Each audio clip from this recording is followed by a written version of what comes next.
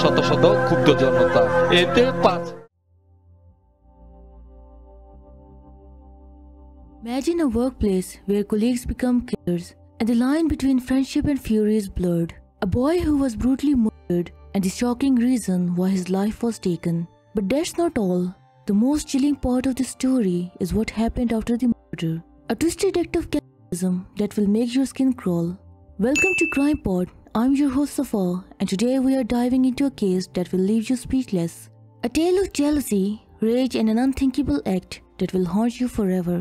Join me as we explore the disturbing case of Shibli Sadiq Hirdoy and the workplace violence that led to a heinous crime. Let's dive into the darkness and uncover the truth. Shibli Sadiq Hirdoy was born in 2003 to Muhammad Shafiq and Nahid Akhtar in Panchpara village, Kodalpur Union, Rauzan Upzila, Chittagong, Bangladesh. As their only son, Shibli grew up in a low-income family where his father worked as a truck driver and his mother was a homemaker. Despite their financial struggles, Shibli continued his education driven by his dreams. From a young age, he took on part-time jobs to support his father and fund his studies. Shibli was a diligent student at Kodalpur School and College in Rauzan. He was known for his intelligence and honesty. At the age of 20, he began working at a poultry farm in Kodalpur to save for college fees. Impressed by his hard work and integrity, the farm owner promoted him to manager's post, making him the youngest employee to hold the position. Despite his promotion to manager, Shibli continued to work with the same dedication and ensured that others followed the rules. At the farm, he found friendship with several Marmam men who were older than him and also worked there. Although their relationships appeared strong, occasional conflicts arose between Shibli and his friends, but these were resolved amicably within the farm premises. With his focus solely on his job and studies, Shibli prioritized his responsibilities, returning home before dark to focus on his studies. On August 28, 2023, Shibli's day began like any other. After school, he headed to the poultry farm for his usual shift. However, as night fell, his mother grew concerned when he failed to return home on time. His parents waited anxiously, trying to reach him multiple times, but he didn't answer. As the clock struck midnight, their worry intensified. The next morning, August 29, 2023, they contacted the poultry farm owner, but his phone was unreachable. Shibli's parents began searching the neighborhood, inquiring if anyone had seen their son, but no one had any information. Later that day, they received a call from Shibli on his mother's cell phone.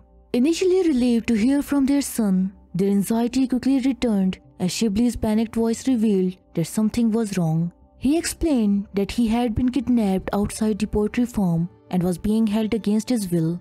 Shibli informed his parents that his kidnappers had beaten him, but he managed to hide his phone and call them. However, when they tried to ask about his location, the call disconnected. His parents were frantic with worry, and their attempts to redial the number went unanswered. As they considered filing a missing person report, they received another call. This time, an unknown person demanded 1.5 million taka in ransom for Shibli's safe return, warning them not to involve the police. The caller promised to provide details on how to deliver the money in a subsequent call. Shibli's parents were devastated as their financial situation was already precarious, and gathering such a large sum seemed impossible. Nevertheless, they felt compelled to try as their only son's life hung in balance. For the next few days, Shibli's parents tried their best to gather money from relatives and neighbors, managing to collect only 1 lakh taka by August 30th, which was insufficient. On August 31st, they received another call from the kidnappers, but Shibli's parents explained that they couldn't arrange the demanded amount. The kidnappers unexpectedly agreed to reduce the ransom to 2 lakh taka, which seemed unusual as if they were already aware of the family's financial struggles. Despite their difficulties, Shibli's parents somehow managed to gather the 2 lakh Bangladeshi taka to secure their son's release. On the afternoon of September 4, 2023, Shibli's parents received a call from the kidnappers, instructing Muhammad Shafiq to bring the ransom money to Dolapura Bandarban and to come alone to ensure his son's safe return. Muhammad Shafiq followed the instructions, meeting 2 masked men at the location and handed over the money. When he asked about his son, they assured him that Shibli would likely arrive home before him. However, after Muhammad Shafiq returned home, Shibli had not arrived, and another night passed with no sign of him. His parents grew increasingly worried, and their concerns deepened as the hours ticked by. As the community became aware of Shibli's kidnapping, a relative advised Muhammad Shafiq to inform the police. Despite the kidnappers' threats, fearing for their son's safety, Muhammad Shafiq finally decided to file a complaint. At the Rawson police station, he shared all the details with the authorities. The police were initially upset that the family had waited 10 days to report the incident, but understood their situation. The Bangladeshi Rapid Action Battalion (RAP-7) took over the case and began investigating. They asked Shibli's parents if they suspected anyone, and Nahid, Shibli's mother, mentioned a fight between Shibli and his co-workers 2 months prior, which was resolved by the farm owner. The police visited the poultry farm and arrested 6 individuals on suspicion of involvement in Shibli's kidnapping.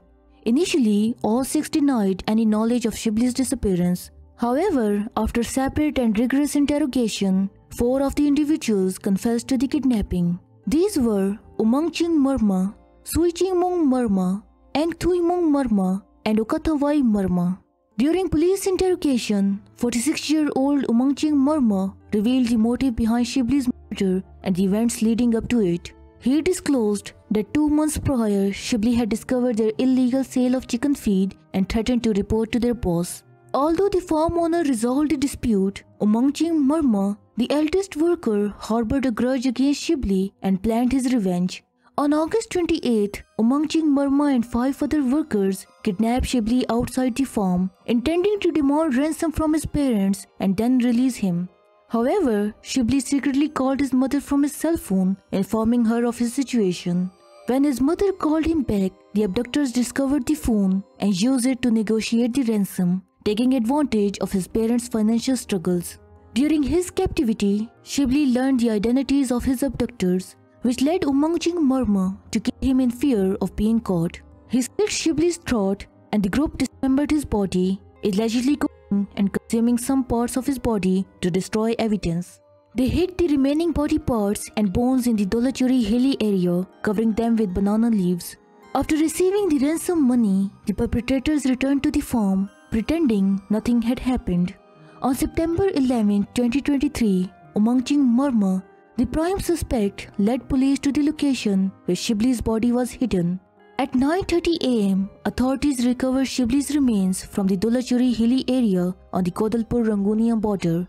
Due to the decomposed state, identification was challenging, but Shibli's parents present at the scene confirmed that the body parts belonged to their only son.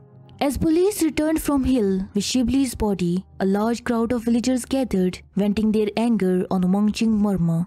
The crowd took him from police custody and severely beat him. When police attempted to intervene, the crowd vandalized the police van, injuring some officers. To disperse the crowd, police employed tear gas and water cannons. Despite rushing him to the Rawson Upzila Health Complex, he succumbed to his injuries.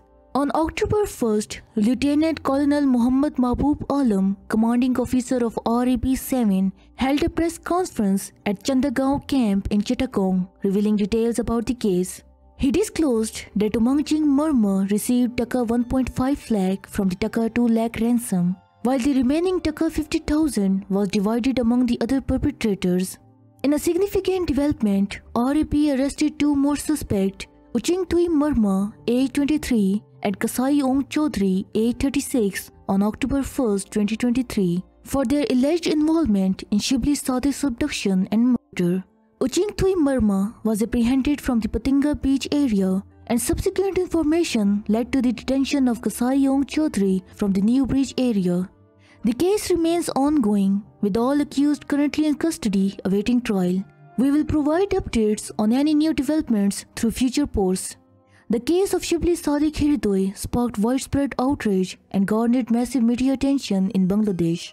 A large number of people took to the streets, protesting against this heinous act and demanding justice for Shibli's family.